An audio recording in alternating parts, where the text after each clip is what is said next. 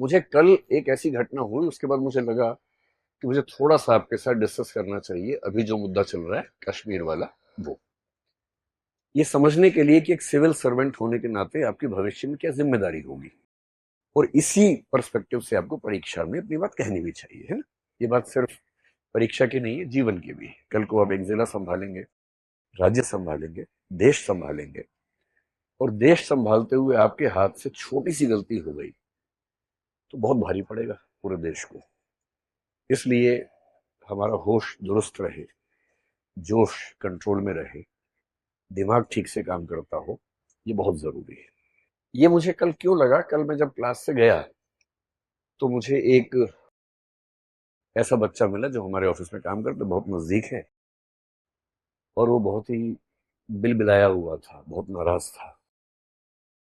मैंने उससे पूछा क्या हुआ, क्यों नाराज हो। बोला मेरा खून खौल रहा है। मैंने ठीक है भाई, जैसी घटना हुई है खून तो खोलना लाजमी है, किसी का भी खोलना चाहिए, लेकिन तुम्हें क्या लग रहा है। बोला मेरा मन कर रहा है कि आग लगा दूं। मैंने ठीक है, गुस्सा आना स्वाभाविक है। बोला आज मैं कहीं से आ रहा था, रास्ते में मेरे पड़ोस में, जब मैं बस वस में था कहीं, मेरे साथ में एक मुस्लिम व्यक्ति बैठा हुआ था। एक सेकंड को मुझे लगा कि हमला कर दूं उसके ऊपर, लेकिन मैंने खुद को रोक लिया। और पर मैं बहुत बदहवासी की हालत में, मैं समझ नहीं पा रहा क्या करूं, क्योंकि मैं झेल नहीं पा रहा हूं कि ये क्या हुआ है। चुन चुन के हिंदुओं को मारा गया है, कैसे स्वीकार करूं। अब ये मनहस्थिति ऐसा नहीं कि उसी की है, बहुत लोगों की है, आपके परिवारों में बहुत लोगों की होगी, आप में से भी कुछ की होगी जो यहाँ पे शायद कह नहीं रहे होंगे, लेकिन मन में तो सब बातें आती होंगी। ऐसे माहौल में एक सिविल सेवक की जिम्मेदारी क्या बनती है, हमें ये समझना है। और आप जब कल को निबंध लिखें, इंटरव्यू में जाएं, बात करें, वहां पर आपका नजरिया कैसा दिखना चाहिए, ये भी तो महत्वपूर्ण बात है ना, गौण बात थोड़ा ना। सबसे पहली बात जो आप इथिक्स में एक टॉपिक है इमोशनल इंटेलिजेंस, भावनात्मक बुद्धिमत्ता, उसमें पढ़ेंगे। जब भी कोई आपको उकसा रहा हो, नंबर वन, उकसावे में नहीं आना है, इमोशंस में बह के फैसला नहीं करना है। कोई भी ऐसा फैसला जिसके दूरगामी परिणाम है, वो इमोशन से बह के नहीं करना है, थोड़ा सा वहां से हट के, न्यूट्रल होके, सोच के समझ के फिर करना है। तो जब जब मन में ऐसा भाव किसी के आए, एक बार थोड़ा सा वहां से खुद को हटाना और गहराई में सोचना। सोचते कैसे हैं, जब आप क्यों हुआ, कैसे हुआ, किसने किया, उनका क्या पर्पस था, कहीं मैं उनका पर्पस पूरा तो नहीं कर रहा, मुझे क्या करना चाहिए। जब आप इस तरह से चीजों को ब्रेक करके सोचते हैं तो आप एक अच्छे लेखक भी बनेंगे, एक अच्छे इंटरव्यू के उम्मीदवार भी बनेंगे, एक अच्छे सिविल सर्वेंट और अच्छे नागरिक भी बन जाएंगे। तो उसको मैंने कल थोड़ा संक्षेप में समझाया, तो मुझे उस समय ये लगा कि मेरी जिम्मेदारी है कि मैं कम से कम क्लास में आप लोगों से भी बात करूं, और आप लोग अपने अपने परिवार के लोगों से बात करें। जब माहौल बहुत खराब हो तो अपने हिस्से का माहौल ठीक करना तुम्हारी जिम्मेदारी है ही। हर व्यक्ति तक तो हम नहीं पहुंच सकते, पर जहां तक पहुंच सकते हैं वहां तक कम से कम माहौल को ठीक करना, समझना, समझाना बहुत जरूरी चीज है। जब भी ऐसा हो तो पहले सोच के देखिए कि कौन है जिसने ये किया होगा। और समझदारी का मूल लक्षण पता है क्या है, आप चीजों को अलग कर पाते हैं, चीजों को मिला के एक नहीं करते हैं। जो चीजें अलग अलग हैं उनको अलग अलग करके देख पाने की क्षमता आपके अंदर है। ये किसने किया होगा, कौन होगा। और इसका सबसे सिंपल तरीका समझने का क्या होता है, जिसको इससे फायदा होगा उसने किया होगा। अभी एक पर्सपेक्टिव ये चल रहा है कि पाकिस्तान ने किया है, कुछ लोग ये पर्सपेक्टिव बना रहे हैं कि सारे मुसलमानों ने मिलकर ऐसा किया है, मुसलमान लोग चाहते हैं कि हिंदुओं को मार दिया जाए। और जो इमोशनल लोग हैं बहुत ज्यादा, उनको भड़काना सबसे आसान काम दुनिया में होता है। अगर हम दो ऑप्शन लेके चलें, एक लेके चलें कश्मीर के मुसलमान, एक लेके चलें पाकिस्तान। भाई पाकिस्तान को एक कह रहा हूं, पाकिस्तान भी एक नहीं है, पाकिस्तान की आर्मी अलग है, पाकिस्तान की सरकार अलग है, पाकिस्तान की जनता अलग है। कश्मीर के मुसलमानों को ऐसा करने से क्या फायदा होगा, फायदा होगा या नुकसान होगा, नुकसान होगा। इतने सालों की दहशतगर्दी के बाद 1980 के दशक के अंत में जो माहौल बिगड़ा, तब से बिगड़ा ही हुआ था। 2019 के बाद जब 370 को एब्रोगेट किया गया, तब भी कहा गया कि माहौल बिगड़ेगा, पर माहौल लगभग स्थिर रहा, संभल गया। कई साल तक केंद्र शासित प्रदेश के रूप में शासन चला केंद्र के माध्यम से। अब वहां इलेक्शंस भी हो गए। जनता की डिमांड पता नहीं थी, यानी क्योंकि कई वहां के लोगों ने ये भी कहा कि हमें तो ऐसे ही ठीक लग रहा था, बिना बात के इलेक्शन करवा दिया आपने। पर ठीक है, जनता का रिप्रेजेंटेशन होना चाहिए, इलेक्शन हो गया। उसके बाद अगर आप डेटा देखें, और एक सिविल सर्वेंट की पहली पहचान है कि वो डेटा देख के बात करता है, हवाई बात नहीं करता है। पिछले 2 सालों में जम्मू कश्मीर में टूरिस्ट जो गए उनकी संख्या 22 लाख से 25 लाख थी, और पिछले साल 2.5 करोड़ की संख्या थी। 10 टाइम्स बढ़ोतरी हुई वहां के पर्यटन में, और वहां का मुख्य उद्योग तो वही है, पर्यटन ही, टूरिज्म है। इस साल भी उम्मीद थी कि पर्यटन बहुत बढ़ेगा। गर्मी थोड़ी पहले आ गई। गर्मी पहले आने का मतलब वहां का टूरिज्म बढ़ेगा, क्योंकि अप्रैल में ही जो इलाका आमतौर पर मई जून में आबाद होता था, वो अप्रैल से ही आबाद होना शुरू हो गया, क्योंकि गर्मी ज्यादा हो गई, लोग जाने लग गए। वहां का टूरिज्म बढ़ने से क्या हो रहा है, वहां के लोग खुशहाल है। और ये इमोशनल हो के ये कहना कि हमारी जमीन है, भारत छोड़ दो, भारत वाले चले जाओ, वो 2 दिन की बात अलग है। पर जिस देश से आपको रोज रोजी रोटी मिल रही हो, आप चाहेंगे कि उस देश के साथ आपका संबंध अच्छा रहे। कोई भी चाहेगा। पेट भरा रहेगा तो आप सब बातें कर सकते हैं, पेट ही खाली होगा तो क्या बात करेंगे। और ऐसी रिपोर्ट्स में 3-4 दिन से पढ़ रहा हूं कि जो बेरोजगार युवक वहां पर पाकिस्तान के आतंकवादियों को बॉर्डर क्रॉस करवा के कश्मीर के अंदर लेके आते थे, उनमें से एक भी उपलब्ध नहीं है, क्योंकि उन सबको रोजगार मिल गया है। उनको उस काम के लिए मिलता था 5,000 रुपए, आजकल वो हर महीने 40-50 हजार रुपए कमा रहे हैं, केवल टूरिज्म की वजह से। जितने होटल थे सब भर जाते हैं। अब क्या करें, लौटाएं कैसे?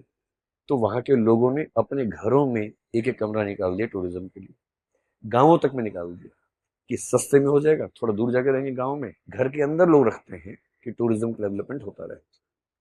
और जिस चीज से पूरे राज्य की इकोनॉमी चल रही है, कोई अपने पेट पे लात क्यों मारे? इस बात से दिक्कत किसको हो सकती है? कश्मीरी मुसलमानों को दिक्कत है नहीं। ये हो सकता है कि उनमें से कुछ लोग किसी के बहकावे में आए होंगे, ये हो सकता है, क्योंकि लोकल सपोर्ट के बिना इतना बड़ा हमला नहीं हो सकता है, ये बात भी सही है।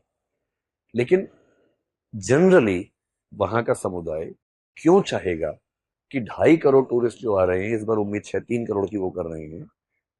अब तो पिछले 2 दिन से जो हालत है वहां पर, कि जो पहलगाम स्विट्जरलैंड था, वो बन गया घोस्ट सिटी जैसा, पूरे शहर में कोई नजर नहीं आ रहा। ये कौन चाहेगा?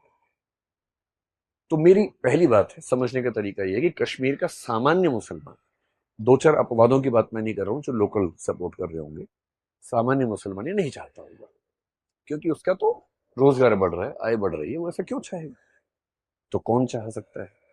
इतना दुरुस्त हमला है, इतनी तैयारी के साथ हमला है, कोई रैंडम व्यक्ति नहीं कर सकता। कोई व्यक्ति रैंडमली जाए मार दे भाई? जिनके सिर पे कैमरे लगे हुए हैं और जो लाइव टेलीकास्ट कर रहे हैं, उसको एडिट कर रहे हैं ऑन द स्पॉट और भेज रहे हैं अपने आकाओं को, और जो इतनी बड़ी बड़ी भारी भारी बंदूकें आराम से संभाल पा रहे हैं, जो किसी से पूछ रहे हैं तुम्हारा धर्म कौन सा, हिंदू, सीधे मार दिए सिर पे।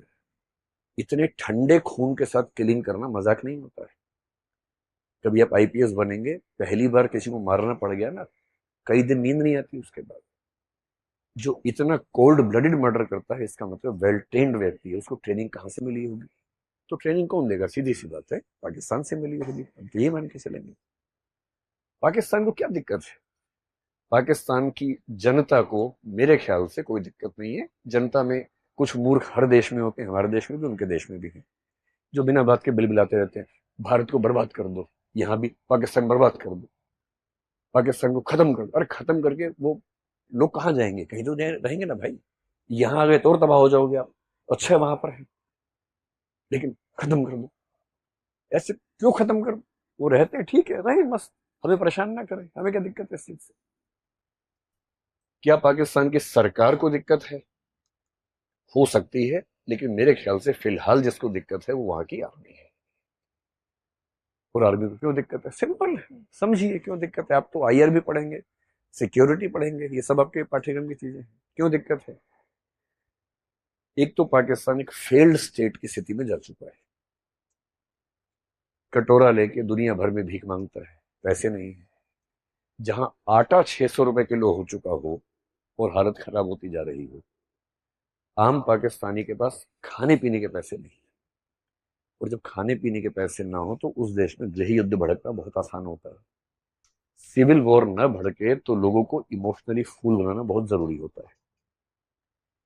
तो जब जब किसी देश में जनता परेशान होती है, शासकों की कोशिश होती है कि किसी मामले में उलझा दो। और जब भी युद्ध का मौसम बने, हो सकता है कि किसी देश में इलेक्शन होने वाले। एक शायर ने बड़ी खूब पंक्ति कही है, सुनिए आपने पंक्ति वो वाली। तो उन्होंने कहा, सरहदों पर तनाव है, पता करो क्या देश में चुनाव है। क्योंकि लोगों को इमोशनल बना देंगे, चुनाव होगा, उसका फायदा मिल जाएगा। इस समय पाकिस्तान की सरकार क्राइसिस में है, तो पाकिस्तान की सरकार को चुनाव हो या ना हो जनता का ध्यान भटकाने की जरूरत है, इसलिए वैसा कर सकते हैं। फिर कुछ दिन पहले वहां पर एक घटना हुई बलूचिस्तान को लेकर। पाकिस्तान पेट से है, बलूचिस्तान कभी भी हो सकता है। बधाई हो, बलूचिस्तान हुआ है। ये खबर ये बात ताली बजाने की नहीं है, रियल सिचुएशन ऐसी वहां पर इस समय चल रही है। 2-3 बच्चे होने की उम्मीद है। इधर इधर इधर सिंध ओवर ड्यू है, कभी भी खबर आ सकती है। तो लेकिन ये खबर जल्दी आने वाली है। ये प्री मैच्योर बेबी है, थोड़ा जल्दी 7-7.5 महीने में लगता है कि ऐसा होता है कभी कभी, प्रकृति के अपने उसूल होते हैं। अब उनको लग रहा है कि सोचो किसी देश के अंदर ट्रेन हाईजैक हो गई। भाई फ्लाइट फिर भी समझ में आता है कि फ्लाइट में 2 लोग चढ़े लेके चले गए, ट्रेन तो जमीन पे है, इतनी लंबी है। ट्रेन हाईजैक हो गई, कितने लोगों को मार दिया, सेना कितने लोगों को मार दिया। पूरी दुनिया भर में थू थू हो रही है कि आपसे अपने देश में ट्रेन नहीं संभल रही है। आपके देश का एक बहुत बड़ा प्रांत इतना नाराज है कि आपके देश की ट्रेन पे कब्जा कर लेता है। उनको बलूचिस्तान के मामले को दबाना है, शांत करना है। और शांत करने का तरीका क्या है? कुछ और भड़का दो मामला, उससे लोगों का दिमाग वहां से हट जाता है। तो एक तो गरीबी, ऊपर से बलूचिस्तान, और तीसरा एक शख्स वहां बहुत परेशान है, उसका नाम है असीम मुनीर। वो वहां के सेनाध्यक्ष है, चीफ ऑफ आर्मी स्टाफ है। अगर उनकी बैकग्राउंड थोड़ी सी आपको पता हो, भारत से गए थे जब, मतलब भारत और पाकिस्तान बटे थे, उस समय भारत से उनका परिवार गया था पंजाब से। पंजाब के मुसलमान जो होते हैं, पंजाबी मुसलमान, उस बैकग्राउंड से हैं। इमरान खान के दौर में उनके नजदीकी थे, आईएसआई के चीफ बनाए गए थे। आईएसआई का बेसिक काम है भारत को परेशान करना, उसके चीफ थे। फिर इन्होंने कुछ ऐसी बड़ी मिस्टेक कर दी कि उसके बाद इनको पनिशमेंट पोस्टिंग देके बहुत खराब पोस्टिंग में भेज दिया गया। अब जैसे इमरान खान की सत्ता पलटी, नवाज शरीफ के भाई है, तो नवाज शरीफ के निर्देश पे कहते हैं कि उनको पाकिस्तान का सेनाध्यक्ष रिटायरमेंट से 2 दिन पहले बनाया गया, एक्सटेंशन देके। और इसलिए बनाया गया कि इमरान खान के दुश्मन नंबर 1 है इस समय। इमरान खान और उनके समर्थक इस समय पाकिस्तान की नाक में दम किए हुए हैं लगातार, बात बात पे राजधानी घेर लेते हैं। और ऐसा लगता है कि राजधानी कब्जे में है इमरान खान के लोगों के। तो इमरान खान फैक्टर को दबाने के लिए सेना का प्रमुख ये व्यक्ति बना है। और इसके मन में एक परेशानी हमेशा से भारत को लेके, इसने कुछ दिन पहले ऐसी एक स्पीच दी भी थी जिसमें भारत के हिंदुओं को अटैक किया कि हिंदू लोग हमसे अलग हैं, हम एकदम अलग हैं, हम एक हो ही नहीं सकते हैं, इस तरह की बातें की।